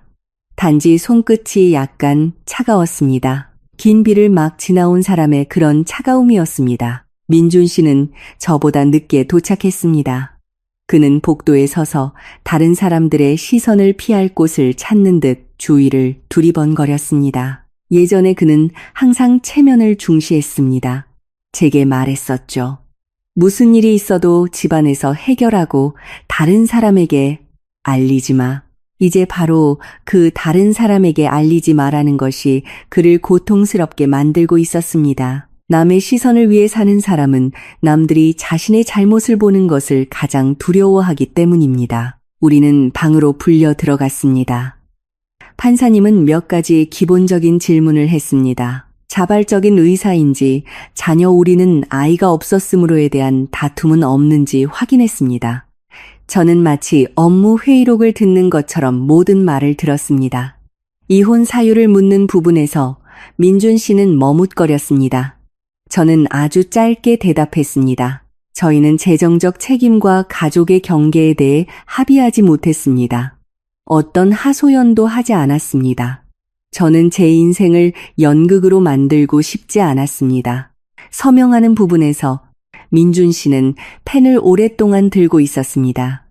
그의 손이 가볍게 떨리는 것을 보았습니다. 그는 무슨 말을 하고 싶은 듯 저를 쳐다보다가 다시 고개를 숙였습니다. 그의 필체는 마치 서명하면서 인생의 한 부분을 잘라내는 사람처럼 끊어져 있었습니다. 저는 바로 단호하게 서명했습니다. 제 서명은 망설임 없이 반듯하고 간결했습니다. 펜을 내려놓을 때 아플 것이라고 생각했습니다. 하지만 아니었습니다. 단지 가벼웠습니다. 아마도 그 전에 너무 오랫동안 아팠기 때문일 것입니다. 방을 나오자 민준 씨가 저를 불렀습니다. 목소리는 모래를 삼킨 듯 쉬어 있었습니다. 지혜야, 정말 돌아갈 길은 없는 거야? 저는 걸음을 멈췄습니다. 잔인해지고 싶지는 않았지만 부드러워질 수도 없었습니다. 민준 씨, 제가 돌아가서 뭘 하죠? 다음에 또 당신이 옳음 대신 평온을 선택하게 하려고요. 그는 입을 열었다가 닫았습니다. 그는 대답이 없었고 바로 그 침묵이 대답이었습니다. 박 여사님은 복도 끝에 서 있었습니다. 얼굴은 잿빛이었습니다. 그녀는 저를 증오와 두려움이 섞인 눈빛으로 쳐다봤습니다. 마치 자신이 평생 가둘 수 있다고 생각했던 세상에서 벗어난 여자를 보는 듯 했습니다. 제가 지나갈 때 그녀가 불쑥 내뱉었습니다. 너 그렇게 하고 나중에 행복할 것 같아. 저는 잠시 멈춰서서 돌아봤습니다. 미래는 모르겠어요. 하지만 거기에 머물렀다면 확실히 불행했을 거라는 건 알아요. 저는 더 말하지 않고 걸어 나갔습니다. 그날 오후 저는 오피스텔로 돌아왔습니다. 신발을 벗고 창문을 열자 먼지와 차 소리가 섞인 바람이 불어들어왔습니다. 작은 방, 작업 책상, 새로 산 책장을 바라봤습니다. 저는 행복이 넓은 집을 갖는 것이 아니라 아무도 당신을 스스로보다 낮게 느끼게 만들지 않는 공간을 갖는 것이라는 것을 깨달았습니다. 그 후 며칠 동안 저는 회사 프로젝트에 몰두했습니다. 무의미한 다툼으로 끌어내려졌던 시간들을 보상하려는 듯 일했습니다. 프로젝트는 성공적이었습니다. 저는 부장님께 불려가 더 큰 업무를 맡게 되었고 승진 결정도 함께 받았습니다. 동료들이 축하해 주었습니다. 저는 그저 웃었습니다. 이혼 이야기를 하지 않았습니다. 동정받고 싶지 않았습니다. 단지 제 능력으로 평가받고 싶었습니다. 저는 재산 분할로 받은 돈의 일부로 작은 차를 계약했습니다. 처음으로 운전대를 잡았을 때 저는 마치 제 인생을 직접 운전하는 것 같았습니다. 더 이상 조수석에 앉아 다른 사람이 길을 가리키는 것을 듣지 않았습니다. 주말에는 요가를 배우기 시작했고 베이킹 클래스에 등록했습니다. 집안의 평화를 지키느라 잊고 지냈던 것들로 시간을 채웠습니다. 한 번은 마트에 가서 조미료 코너 앞에 섰다가 문득 예전에 민준 씨가 간장 한 병값도 저보고 내라고 했던 일이 떠올랐습니다. 저는 웃음이 터졌습니다. 어떤 고통은 지나고 나면 피해야 할 길을 알려주는 흔적처럼만 남는다는 것을 알았습니다. 어느 날 밤늦게 낯선 번호로 문자가 왔습니다. 민준 씨였습니다. 지혜야, 아파트 팔았어. 엄마랑 구리시에 있는 작은 집으로 이사했어. 널 잃어서 미안하다. 저는 읽고 나서 삭제했습니다. 미워서가 아니라 더 이상 과거를 짊어지고 갈 필요가 없었기 때문입니다. 저는 한때 넓지만 숨막히는 아파트에 살았습니다. 이제 저는 작지만 자유로운 방에 삽니다. 작은 베란다에 서서 가로등 불빛을 바라보며 조용한 축배처럼 물잔을 들었습니다. 오늘부터 나는 다른 사람에게 친절하게 대해달라고 부탁해야 하는 위치에 결코 나 자신을 놓지 않겠다. 제 새로운 삶은 빠르고 간결하고 깨끗하게 흘러갔습니다. 매일 아침 일찍 일어나 공원 한 바퀴를 뛰고 샤워하고 출근했습니다. 더 이상 밥 지을 시간을 맞추지 않아도 되고 누군가의 기분을 살피기 위해 문 잠그는 소리에 귀 기울이지 않아도 되며 초인종이 울리고 누군가의 새로운 규칙이 들어올까 두려워할 필요도 없었습니다. 과거와 완전히 단절되었다고 생각했지만 과거는 그림자 같아서 때로는 내가 찾지 않아도 나를 찾아왔습니다. 그날 저는 새 헤드폰을 사러 홍대 근처 쇼핑몰에 갔습니다. 전자제품 매장에서 제품을 사용해 보고 있는데 등 뒤에서 낮고 쉰 목소리가 들렸습니다. 지혜야. 저는 돌아봤습니다. 민준 씨가 서 있었습니다. 바로 알아봤지만 동시에 거의 알아보지 못할 뻔했습니다. 그는 훨씬 말랐고 수염은 거뭇했으며 티셔츠는 색이 발해 있었습니다. 두 눈에서는 예전의 자신감이 완전히 사라져 있었습니다. 그는 마치 자신이 더 이상 열쇠를 갖고 있지 않은 문에서 막 걸어 나온 사람을 보는 듯 저를 쳐다봤습니다. 저는 놀라지도 피하지도 않았습니다. 단지 고개를 끄덕였습니다. 민준 씨. 그는 마른 침을 삼키고 억지로 웃으려 했지만 웃음은 일그러졌습니다. 요즘 잘 지내? 네, 잘 지내요. 단 한마디면 충분했습니다. 민준 씨는 제 손에 들린 쇼핑백을 보고 제 모습을 보며 마치 옛 모습과 새 모습을 짜맞추려는 듯 했습니다. 많이 달라 보이네. 제가 대답했습니다. 사는 방식이 달라졌으니까요.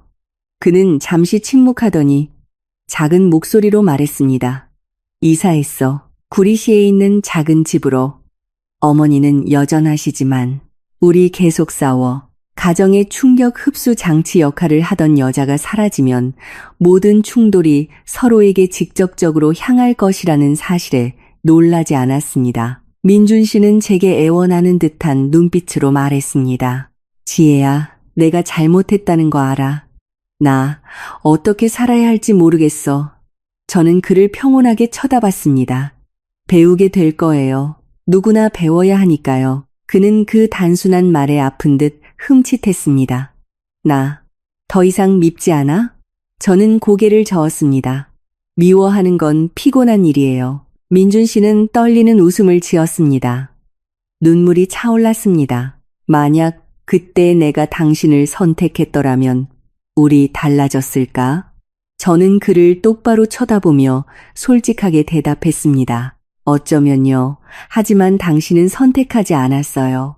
그는 그 말이 마지막 문을 닫는 것처럼 그 자리에 멈춰 섰습니다. 저는 더 이상 상처를 헤집고 싶지 않았습니다. 저는 계산대로 돌아가 돈을 내고 영수증을 받았습니다. 제가 돌아서서 가려고 할 때 민준 씨가 갈라진 목소리로 외쳤습니다. 지혜야, 보고 싶었어. 저는 잠시 멈췄지만 돌아보지 않았습니다. 보고 싶다는 말은 아무것도 구원하지 못해요, 민준 씨. 저는 쇼핑몰을 나왔습니다. 서울 하늘에서는 가랑비가 내리고 있었습니다. 저는 처마 밑에 서서 얇은 그물처럼 얽히는 빗방울을 바라봤습니다. 문득 생각했습니다. 만약 옛날에 내가 조금 더 부드러웠더라면, 조금 더 참았더라면 나는 여전히 그 아파트에 살면서 시어머니의 명령을 듣고 청구서를 들고 혼자 속을 끓이고 있었을까? 저는 몸서리를 쳤습니다. 답을 알고 있었습니다. 저는 택시를 불러 집으로 갔습니다. 차 안에서 기사 아저씨가 라디오에서 흘러나오는 옛날 노래를 틀었습니다. 저는 창밖을 내다봤습니다.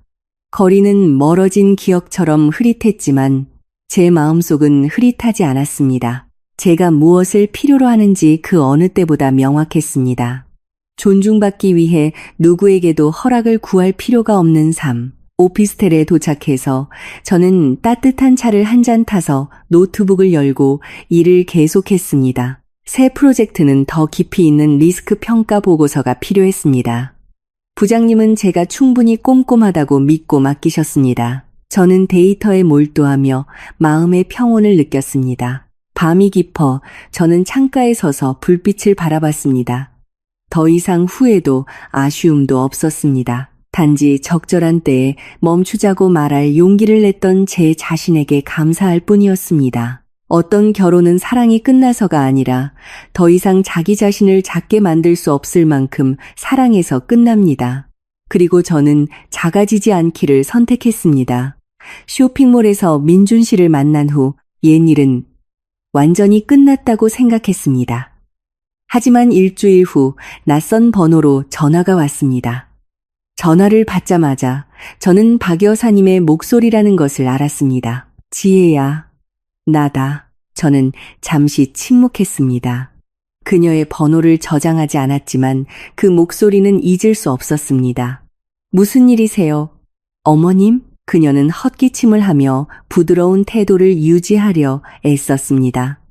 내가 너랑 얘기 좀 하고 싶은데 시간 괜찮니? 저는 노트북 화면을 봤습니다. 바빴지만 저를 멈추게 한 것은 일정이 아니라 차가운 호기심이었습니다. 이 모든 일이 있은 후에 그녀는 또 무엇을 원하는 걸까? 만나서 뭘 하시게요? 그녀가 한숨을 쉬었습니다. 내가 사과하고 싶어서. 저는 옅게 웃었습니다. 사과는 전화로도 충분해요. 그녀는 할 말을 잃었다가 목소리가 낮아졌습니다. 예전에 거실에서 제게 소리치던 목소리와는 완전히 달랐습니다. 내가 너무 힘들다, 지혜야. 내가 가고 나서 집안이 하루도 조용할 날이 없어. 민준이가 걔가 나랑 계속 싸워 엄마 때문에 아내를 잃었다고 저는 놀라지 않았습니다. 단지 법칙처럼 당연한 사실을 느꼈을 뿐입니다. 사람들은 쏟아낼 대상이 없어지면 서로에게 쏟아붓게 됩니다. 그래서 저를 원망하려고 전화하신 거예요? 아니면 사과하려고요? 제가 물었습니다. 그녀는 서둘러 말했습니다. 원망 안 해. 사과하려고. 내가 잘못했다. 내가 늙어서 생각이 짧았다. 그냥 민호가 안쓰러워서 그랬어. 걔가 불쌍해서. 저는 차분한 목소리로 말을 잘랐습니다. 누구를 안쓰럽게 여기는 건 어머니의 권리예요. 하지만 다른 사람의 돈을 가져다가 다른 사람에게 짐을 지우는 방식으로 하는 건 안쓰러워하는 게 아니라 빼앗는 거예요. 전화기 저편이 조용해졌습니다. 잠시 후 그녀가 울었습니다. 울음소리는 간헐적이고 가늘고 떨렸습니다. 지혜야, 내가 정말 무섭다. 늙어서 아무도 돌봐주지 않을까봐 무서워. 민준이가 날 버릴까봐 무서워. 저는 눈을 감았습니다. 그 두려움을 이해했습니다. 하지만 이해하는 것이 받아들이는 것을 의미하지는 않았습니다. 어머니, 민준 씨는 어머니 아들이에요. 어머니를 돌보는 게 맞아요. 하지만 어머니는 자신의 두려움을 이용해서 며느리의 인생을 묶어둘 수는 없어요. 그녀가 흐느꼈습니다. 알아. 이제 알았어. 나를 용서해 줄 수 없겠니? 저는 직접적으로 물었습니다. 원하시는 게 뭐예요? 그녀는 망설이다가 마침내 진짜 속내를 털어놓았습니다. 민준이한테. 엄마 그만 미워하라고 말해주면 안 될까? 돈도 당장 다 갚으라고 하지 말아달라고. 내가 지금 당장 마련할 수가 없어서 저는 웃었지만 마음은 즐겁지 않았습니다. 결국 사과는 저를 다시 중재자로 끌어들이기 위한 갈고리였습니다. 저는 천천히 대답했습니다. 전화 잘못 거셨어요. 어머님, 저는 더 이상 민준 씨의 아내가 아니고 누구의 뒷수습을 대신해줄 책임도 없어요. 그녀는 멍해졌습니다. 하지만 내가 돈 다 갚으면 너 돌아올 거니? 그 질문은 그녀의 생각 속에 있는 슬픈 사실 하나를 명확하게 보여주었습니다. 그녀에게 나와 민준 씨의 문제는 여전히 돈 문제일 뿐이었습니다. 저는 한 글자 한 글자 책상 위에 써 내려가듯 또박또박 말했습니다.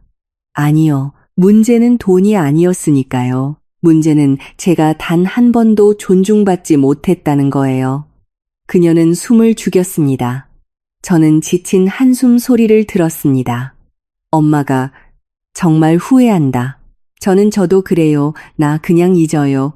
같은 말로 대답하지 않았습니다. 저는 단지 결론을 내리면서도 그 교훈을 받아야 할 사람에게 돌려주는 듯한 한마디를 했습니다. 후회하시면 어머니 아들을 다시 가르치세요. 남편이 되는 법을 가르치세요. 저는 전화를 끊고 휴대폰을 내려놓았습니다. 잠시 조용히 앉아 있었습니다. 이겼다는 기쁨은 없었습니다. 단지 제대로 사랑하는 법을 아는 어른이 한 명도 없었던 일련의 사람들에 대한 안타까움만 느껴졌습니다. 그들은 사랑이 소유하고 통제하고 자신이 편안하기 위해 다른 사람의 희생을 강요하는 것이라고 생각했습니다. 저녁에 저는 친정 어머니에게 전화했습니다. 박 여사님이 전화했던 이야기는 하지 않았습니다. 단지 한 가지를 물었습니다. 엄마, 옛날에 많이 참고 살았어? 어머니는 침묵하더니 작게 대답했습니다. 많이 참았지. 하지만 엄마는 네가 엄마처럼 살기를 원하지 않았어. 그 말을 듣자 눈시울이 뜨거워졌습니다. 제가 왜 그렇게 단호했는지 이해했습니다. 속이 텅 빌 때까지 인내했던 한 세대의 여성들이 있었기 때문입니다. 그리고 저는 그것을 반복하고 싶지 않았습니다. 다음 날, 저는 일찍 출근했습니다. 길에서 꽃집에 들러 작은 꽃다발을 사서 사무실에 꽂았습니다. 더 이상 누군가에게 받을 필요가 없었습니다. 제가 제게 선물했습니다. 그날 밤, 저는 수첩에 한 줄을 적었습니다. 존중을 평온이라는 두 글자와 맞바꾸지 말 것. 민준 씨가 했던 말이 떠올랐습니다. 다른 사람에게 알리지 마. 그리고 저는 웃음이 터졌습니다. 사실 무서운 것은 다른 사람이 아는 것이 아니라 내가 부당한 대우를 받고 있다는 것을 알면서도 모르는 척하는 바로 나 자신이라는 것을요. 저는 수첩을 덮고 창밖을 내다봤습니다. 도시의 불빛이 밝았습니다. 가장 힘든 부분은 지났고 남은 것은 제 자신에게 충실하게 사는 것이라는 것을 알았습니다. 시간은 이상하게 흘러갔습니다. 결혼 생활 중에는 항상 부족했습니다. 잠이 부족했고 돈이 부족했고 숨 쉴 틈이 부족했습니다. 그곳을 나온 후에는 오히려 조금씩 여유가 생겼습니다. 시간이 남았고 고요함이 남았고 제 자신이 무엇을 생각하고 무엇을 원하는지 들을 수 있는 공간이 남았습니다.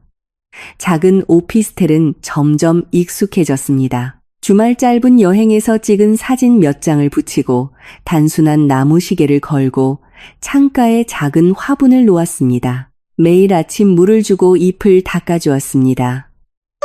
한 번은 제가 깨닫고 웃었습니다.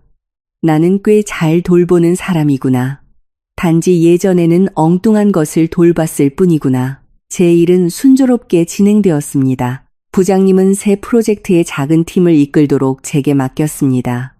압박은 많았지만 의미 있는 압박이었습니다. 매일 밤 집에 돌아오면 피곤했지만 지치지는 않았습니다. 다른 사람을 덜 피곤하게 하기 위해 버티느라 피곤한 것이 아니라 제 자신을 위해 힘을 썼기 때문에 피곤했습니다. 어느 날 회의에서 새로운 동료가 제게 물었습니다. 지혜 씨, 일과 가정의 균형을 어떻게 맞추시길래 항상 그렇게 평온해 보이세요? 저는 웃었습니다. 제 책임이 아닌 것들을 덜어냈거든요. 회의실 사람들이 웃었습니다. 농담이라고 생각했지만 저는 설명하지 않았습니다. 모든 사람이 그 대답을 이해할 필요는 없었습니다. 월말에 저는 법원으로부터 공식적인 결정을 받았습니다. 저와 민준 씨의 혼인 관계는 서류상으로 끝났습니다. 저는 결정문을 손에 들고 천천히 읽었습니다. 영화에서처럼 가슴이 찢어지는 아픔은 없었고 단지 처리 완료된 서류철의 뚜껑을 닫는 것처럼 깔끔한 마무리가 느껴졌습니다. 그날 밤 저는 혼자서 작은 저녁 식사를 차렸습니다. 조용한 음악을 틀고 식탁을 단정하게 차리고 와인 한 잔을 따랐습니다. 저는 누구를 위해서도 아닌 제 자신에게 조용히 축배를 들었습니다. 축하해. 자기 자신을 배신하지 않은 것을 가끔 문득 생각했습니다. 만약 그날 민준 씨가 어머니에게 더 단호했더라면, 만약 그가 나를 가족의 자리에 놓아주었더라면, 만약 내가 조금 더 참았더라면, 하지만 그 생각은 아주 빨리 왔다가 아주 빨리 사라졌습니다. 저는 관계가 두 사람이 함께 성장할 때만 유지될 수 있다는 것을 알았습니다. 제가 그를 대신해서 성장할 수는 없었습니다. 어느 날 오후 옛 친구를 만났습니다. 그녀는 저를 보고 솔직하게 말했습니다. 너 정말 많이 변했다. 단단해 보여. 저는 고개를 끄덕였습니다. 더 이상 누구에게 맞추기 위해 나를 움츠릴 필요가 없으니까. 그녀는 잠시 침묵하더니 한숨을 쉬었습니다. 나 지금 예전의 너 같아. 저는 그녀의 손을 잡고 충고하거나 재촉하지 않았습니다. 단지 한마디 했습니다. 더 이상 설명하고 싶지 않을 만큼 지치면 그때 뭘 해야 할지 알게 될 거야. 저는 더 이상 혼자인 것이 두렵지 않았습니다. 사실 저는 외로움을 두려워한 적이 없다는 것을 깨달았습니다. 제가 두려웠던 것은 에이 그냥 넘어가자라고 스스로를 설득해야 하는 관계 속에 있는 것이었습니다. 밤이 깊어 저는 베란다에 서서 도시의 불빛을 바라봤습니다. 인내가 미덕이고 희생이 본능이라고 믿었던 저와 같은 여성들을 생각했습니다. 저는 그들이 떠나는 것이 항상 실패는 아니라는 것을 알았으면 좋겠다고 생각했습니다. 때로는 그것이 자신의 남은 부분을 구하기 위한 가장 용감한 선택일 수 있습니다. 저는 창문을 닫고 불을 끄고 침대에 누웠습니다. 꿈도 꾸지 않고 놀라 깨지도 않고 깊이 잠들었습니다. 더 이상 경계할 필요가 없는 사람의 온전한 잠. 내일은 일찍 일어나 조깅하고 출근하고 계속 살아갈 것입니다. 시끄럽지 않게 증명할 필요 없이 단지 제 자신에게 충실하게. 이혼한 지 1년 후 저는 일요일 아침에 제 작은 차를 몰고 교회로 나갔습니다. 하늘은 맑았고 햇살은 부드러웠으며 길가에 들판을 스치는 바람은 흙과 풀내음을 실어왔습니다. 저는 잔잔한 음악을 틀고 따뜻한 물처럼 차 안을 흐르는 소리에 몸을 맡겼습니다. 문득 서두르거나 두려워하거나 누군가의 기분을 살피며 살아야 한다는 느낌이 없어진 지 아주 오래되었다는 것을 깨달았습니다. 저는 양평의 한 작은 카페에 차를 세웠습니다. 카페에는 나무 테이블 몇 개뿐이었고 푸른 나무가 그늘을 드리웠으며 새소리가 맑게 들렸습니다. 저는 아이스 아메리카노 한 잔을 시켜 혼자 앉아 수첩을 펼쳤습니다. 첫 장에 제가 언젠가 썼던 문장이 여전히 남아 있었습니다. 존중을 평온이라는 두 글자와 맞바꾸지 말 것. 저는 그 글씨를 오랫동안 쳐다봤습니다. 제가 강했다고 자찬하기 위해서가 아니라 제가 얼마나 약했었는지, 얼마나 참고 살았는지, 그냥 넘어가자가 어른스러운 것이라고 스스로를 얼마나 설득했었는지 상기하기 위해서였습니다. 휴대폰이 울렸습니다. 친구에게서 온 문자였습니다. 지혜야, 민준이 곧 재혼한대. 저는 읽고 나서 휴대폰을 테이블에 내려놓았습니다. 아무 반응도 하지 않았습니다. 신부가 누구인지 궁금하지도 않았고 마음이 쓰라리지도 않았습니다. 아마도 옛 결혼 생활에서 제 감정의 빚을 모두 갚았기 때문일 것입니다. 저는 더 이상 누구에게도 원망의 빚을 지지 않았고 제 자신에게도 자책의 빚을 지지 않았습니다. 저는 단지 생각했습니다. 이번에는 그가 제자리에 바로 서기를, 그 여자는 누군가를 빛나게 하기 위한 그림자가 되지 않기를.